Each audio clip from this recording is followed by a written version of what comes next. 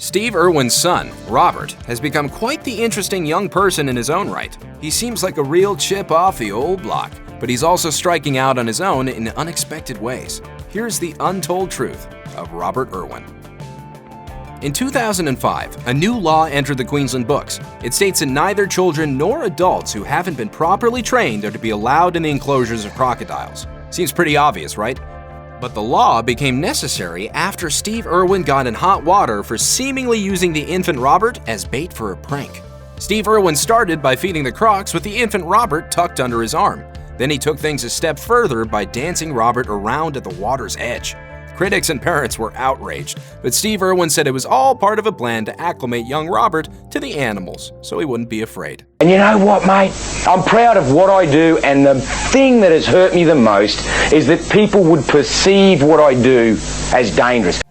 Robert wasn't just raised to be crockbait, he was also taught the importance of conservation. Steve Irwin famously ran the Australia Zoo, and it was at the zoo that Robert was both raised and homeschooled. Or is that zoo-schooled? He and his sister Bindi each had a private teacher of their own, as well as a special teacher who would travel with them when they were on the road filming. And in addition to the regular school curriculum, they were also taught the ins and outs of wildlife conservation. Growing up in that environment, it would be easy to burn out. But Robert has embraced his family legacy, telling the West Australian in 2013 that he really dug the curriculum. He's also gone on to work with the Wildlife Warriors, a conservation organization started by the Irwin family. He's not currently listed on the organization's website on the board of directors like his sister, who's already the Australia Zoo's CEO at the age of 22, but that's likely because he's still a minor until the end of 2021. You can't talk about Robert Irwin without also talking about his skills with a camera. From just about the time he was able to hold one, Robert was snapping pictures of animals at every turn, and the encounters were ample, as he had access to more animals at the zoo than most of us will see in our lifetimes. Robert's website lists numerous awards that he has won for his nature and wildlife photography. Still, even though Robert's wildlife photography is the only aspect of his art anyone seems to discuss, the teen conservationist has so much more to offer with a lens. Flipping through his Instagram page, you'll find landscape and architecture photography next to his wildlife work.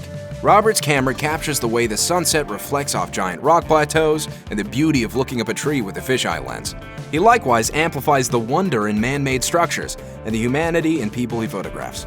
Still just a teen, his work is already making a splash. Of course, most of his published stuff has to do with animals, and he's the primary photographer for the Australia Zoo's magazine, Crikey. That's a serious feat.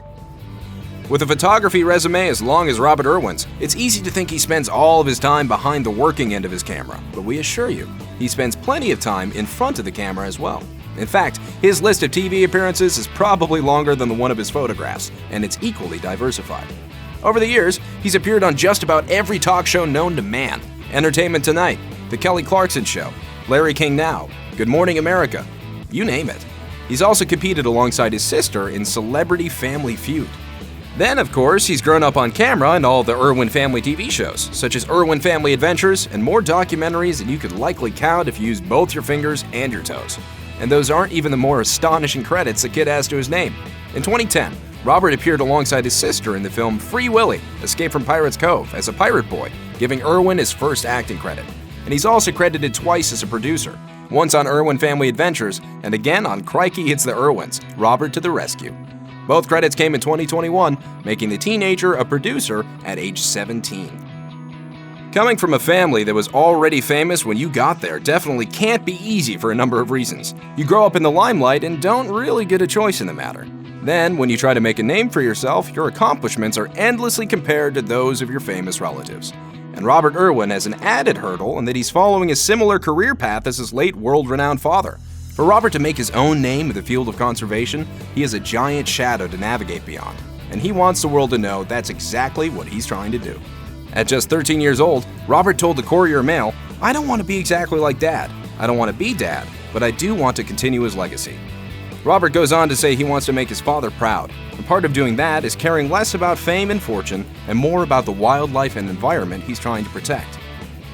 Kids are full of crazy stories. They're a few years from having all that childlike creativity squashed out of them by the 9-to-5 world of adulthood. Steve Irwin's son, however, has opportunities available to him that most people don't, which is how he became a published author at the age of 9.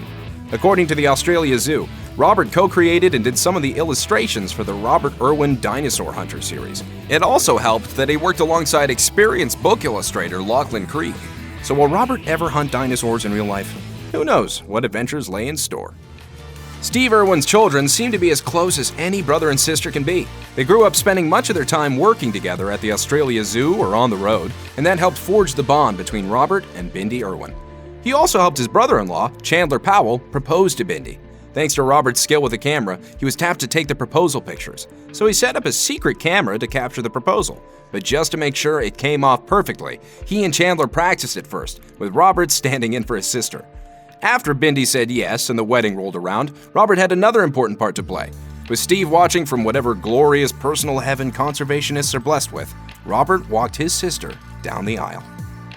As individuals, we grow into our names as we develop our personalities, attaching to them everything that we are, and sometimes those names can appear to have near mystical properties.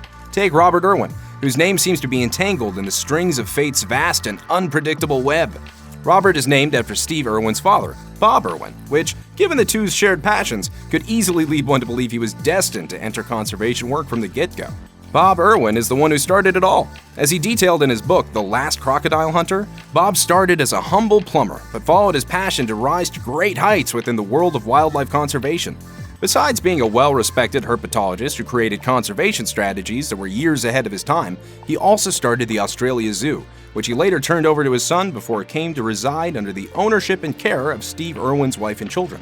Sadly, Bob has since had a falling out with the family and is no longer associated with the Australia Zoo, leaving in acrimonious circumstances in 2008. I was becoming a disrupting influence. Not that I meant to be. I didn't mean to be a disrupting influence. Here's hoping that someday the two Roberts can come together again. Steve Irwin was a huge celebrity, and now Robert is too, so you would expect that Robert would have a bit of money. What might surprise you is just how much money Robert makes, and the fact that he has a bunch of different revenue streams, some of which don't even have to do with crocodiles.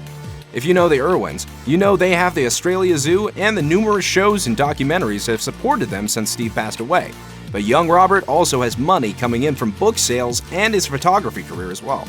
How much money? Well, according to Celebrity Net Worth, Robert is worth a whopping $3 million, but that's just an estimate, as Wealthy Persons actually puts his worth around $4 million. Either way you look at it, $3 to $4 million is a giant amount of money for a teenager, and both sources give the same numbers for Robert's even more famous sister Bindi. It looks like having skills and a father who's loved by an entire generation can have some serious perks. Growing up in front of the camera changes the type of upbringing you have, and both Robert and his sister Bindi have been on film quite literally since birth. Everything you do when you're a child of fame is scrutinized by the public. Even things as simple as going to school can become an odd activity. Add in a healthy dash of traveling so your parents can film, and you end up with a hectic school life. For Robert and Bindi Irwin, that type of schooling translated into personal teachers and, apparently, an exceptionally speedy education. According to Yahoo Lifestyle, Robert managed to graduate high school at 15 years old, while also earning 2 technical and further education certificates that certify his knowledge in particular areas of a job field, a big step for his career. Your career? Please, Robert, you're 15 years old, okay? Your career is playing Fortnite and popping boners. I'm a professional conservationist. Graduating that early isn't easy to pull off. It would take years of condensed coursework to do so, but it's made that much harder when you're juggling all the projects Robert had going on in his life. Between his photography, work at the zoo, and his life in television, much of Robert's learning had to be accomplished on the move. Well done, dude. With a life in wildlife conservation, you'd expect Robert to take the occasional bite, thwop, or sting from the numerous dangerous animals he works with. You might even expect the teen to get a serious injury every now and then, but that doesn't seem to be the case. Since he's a celebrity, the media jumps on just about any injury Robert sustains, but when it comes to work with wild animals, the worst he's gotten is a bite to the face.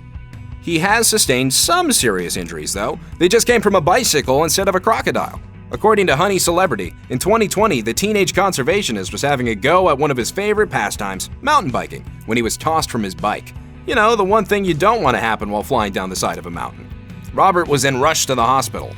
The world learned of his injuries when he posted a photo to his Instagram. In his sling, covered with scrapes and small droplets of blood, Robert admitted to separating his shoulder. It's not an injury likely to cause much long-lasting harm, but it's far beyond anything he's ever received from any of the creatures he works with every day. Somehow, though, Robert Irwin, Bicycle Hunter, just doesn't quite have the same ring.